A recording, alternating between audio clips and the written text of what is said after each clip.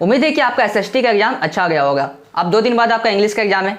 तो आज के इस क्लास में हम लोग 3 मार्क्स का जो आपका इंग्लिश में इंपॉर्टेंट क्वेश्चन है उसको देखेंगे और उसका आंसर को आपको स्क्रीन के सामने फ्लैश कर दिया जाएगा, तो उसको देखेंगे। ठीक है, तो क्वेश्चन नंबर 1 जो है, why does Annie want to keep a diary. Why does Annie want to keep a diary. जो एनी थी वह डायरी क्यों रखना चाहती थी।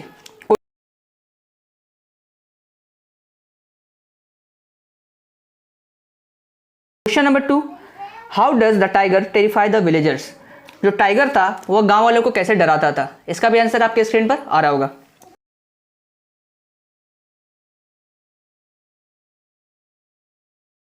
क्वेश्चन नंबर 3 है, why did Bholi's parents accept Bishamber's marriage proposal.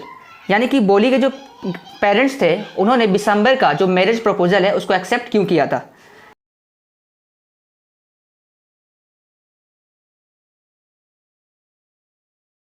इसका भी आंसर आपके स्क्रीन पर आ रहा होगा। क्वेश्चन नंबर 4 है, is Amanda N orphan, why does she से सो। क्या अमांडा एक अनाथ थी, अगर नहीं थी तो उसने ऐसा क्यों कहा। इसका भी आंसर आपके स्क्रीन पर आ रहा होगा।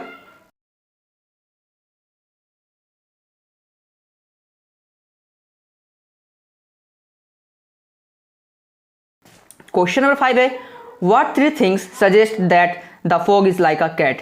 यानी कि वो कौन सी 3 चीजें हैं जो सजेस्ट करती है कि जो फॉग होता है वह एक बिल्ली की तरह होता है। तो इसका भी आंसर आपके स्क्रीन पर आ रहा होगा।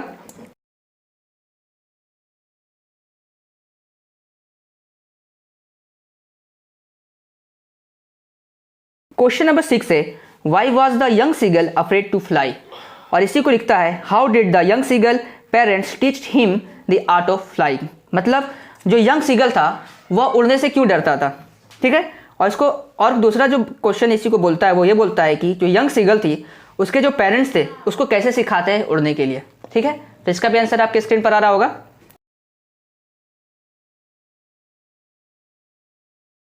अगला जो क्वेश्चन है वह है, how did the post office employ help Lencho. और इसी को एक और क्वेश्चन बोलता है, how did Lencho seek the help of God, how did he do it.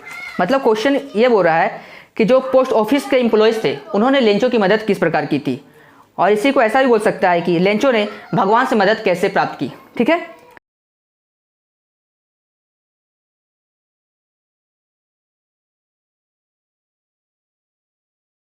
अगला जो क्वेश्चन है वो है, how did the author come out safely from black clouds.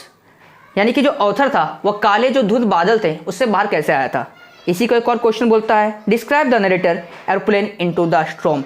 मतलब डिस्क्राइब करे जो नरेटर है वो घने बादलों में कैसा फंसा हुआ है। ठीक है,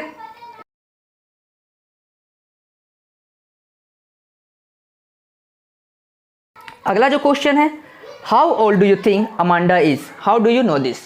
यानी क्वेश्चन है, अमांडा आपको क्या लगता है अमांडा कितने सालों की होगी और ऐसा आपको क्यों लगता है। इसका भी आंसर आपकी स्क्रीन पर आ रहा होगा।